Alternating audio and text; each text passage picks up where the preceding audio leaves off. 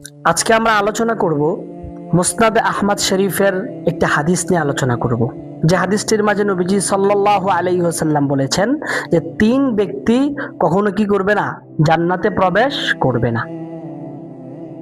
জাহান্নামের শাস্তি ভোগ করার পরে আল্লাহ পাক যদি চায় তাহলে তাকে জান্নাতে প্রবেশ করাবেন, কিন্তু মৃত্যুবরণ করার পরপরই সে কি করতে পারবে না, জান্নাতে প্রবেশ করতে পারবে না। আসুন আমরা জেনে নেই এমন কোন তিন ব্যক্তির ব্যাপারে নবীজি বলেছেন যে সে জান্নাতে প্রবেশ করতে পারবে না।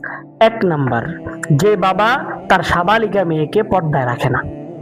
আমাদের সমাজে অনেক মেয়েকে দেখা যায় বাবাও পৃথিবীতে বেঁচে আছে, মাও পৃথিবীতে বেঁচে আছে, তার বড় ভাইও পৃথিবীতে বেঁচে আছে, কিন্তু মেয়েটা বেপর্দায় চলছে, বেহায়াপনা লেলেল্লাপনা চলছে, কিন্তু বাবার এই ব্যাপারে কোনো ভ্রুক্ষেপ নাই।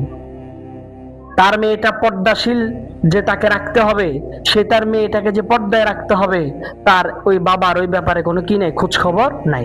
এই জন্য নবীজি বলছেন, সন্তান প্রাপ্তবয়স্ক হয়েছে কিন্তু বাবা যদি তার এই মেয়েকে পর্দার ব্যাপারে উদাসীন হয়, ওই বাবা জান্নাতে কি করবে না, প্রবেশ করবে না, যতক্ষণ না আল্লাহ তাআলা তাকে কি করবেন, মাফ করবেন। নাম্বার হলো, যেই স্বামী তার স্ত্রীকে পর্দার ব্যাপারে কোন রকমের কড়াকড়ি হুকুম দেয় না।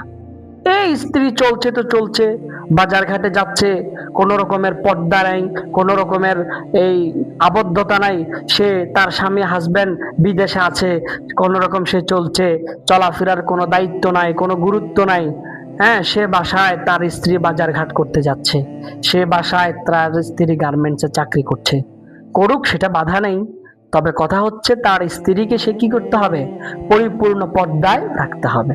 ভাই, আপনি যদি আপনার স্ত্রীকে পর্দায় না রাখেন, আপনি যদি আপনার স্ত্রীকে পর্দার ব্যাপারে হুকুম না দেন, তাহলে কে দিবে বলেন? এই স্ত্রীর ব্যাপারে তো আপনাকে আল্লাহর কাছে জবাবদিহিতা করতে হবে, এই মেয়ের ব্যাপারে তো আপনাকে আল্লাহ তাআলার কাছে জবাবদিহিতা করতে হবে। এই জন্য সময় থাকতে আমরা নিজকে নিজ চিন্তা করি। তাহলে 2 নাম্বার, নবীজি কি বলছেন, যে স্বামী তার স্ত্রীকে পর্দার ব্যাপারে কড়া করে হুকুম দেয় না, ওই স্বামী মৃত্যুবরণ করার পরে আল্লাহ পাক রব্বুল আলামিন তাকে কি দিবে না, জান্নাত দিবে না, যতক্ষণ না আল্লাহ তাআলা তাকে মাফ করবেন। 3 নাম্বার হলো, যে মহিলা পাতলা কাপড় পরে সেজেগুজে বেপর্দায় চলে। আজকে আমাদের সমাজের দিকে যদি আপনি তাকান, হাট বাজার, দোকানপাট, কলেজ, ইউনিভার্সিটি, বিশ্ববিদ্যালয়, বাজার, গাড়ি, যেখানেই দেখেন 100%-এর ভিতরে 90% আমাদের মা বোনেরা ওই দামি সম্পদ মা, দামি সম্পদ বোন, এই মা বোনেরা বেপর্দায় চলছে। এমন পাতলা জামা কাপড় পরছে, সে তার ভিতরে কি পড়েছে সেটা পর্যন্ত দেখা যায়, কিন্তু এই ব্যাপারে আমাদের মা বোনদের কোনো চিন্তা চেতনা নাই। প্রিয় মা ও বোনেরা, এতটুকু এটা চিন্তা রাখবেন।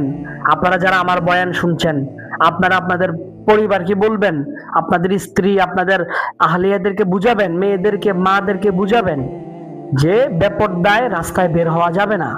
রাস্তায় বের হলে পর্দার সাথে বের হতে হবে, হাত মোজা, পা মোজা, মুখের মধ্যে নেকাব পরে বের হতে হবে, বেপর্দায় চলা যাবে না।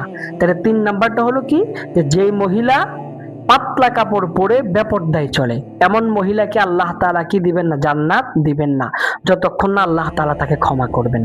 আল্লাহ তাআলা আমাদের সবাইকে এই 3 প্রকার ব্যক্তি থেকে বেঁচে থাকার তৌফিক দান করুন। সকলে বলুন আমিন।